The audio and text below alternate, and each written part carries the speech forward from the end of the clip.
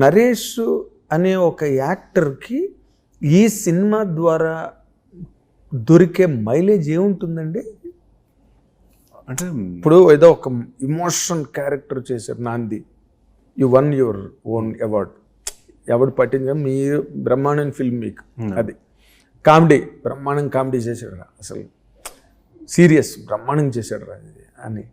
ఇందులోని ఒక object వెనకాతలే hero పరిగెడుతుంటాడు, దాన్ని ఎలా ఓపెన్ చేయాలి, ఎవడు చేశాడు, ఎక్కడ పట్టుకోవాలి అనే ఒక ప్రయత్నంలోనే హీరో మొదటి నుంచి కొస వరకు ఉంటాడు.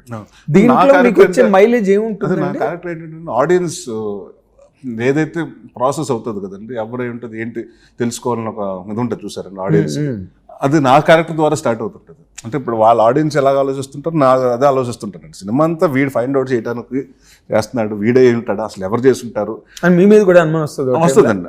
అదన్నా ఈవెన్ చెప్తున్నాను కదా, నా క్యారెక్టర్ కూడా చిన్న గ్రే షేడ్ ఉంటుందండి, హీరోయిన్ క్యారెక్టర్ గ్రే షేడ్ ఉంటుంది. ప్రతి ఒక్కరికి ఎంత మంచి వాళ్ళు అయినా కూడా ఎక్కడో చోట ఏదో ఒక బ్యాడ్ నేచర్ ఒకటి ఉంటుంది కదండి హ్యూమన్స్ లో ఒకటి.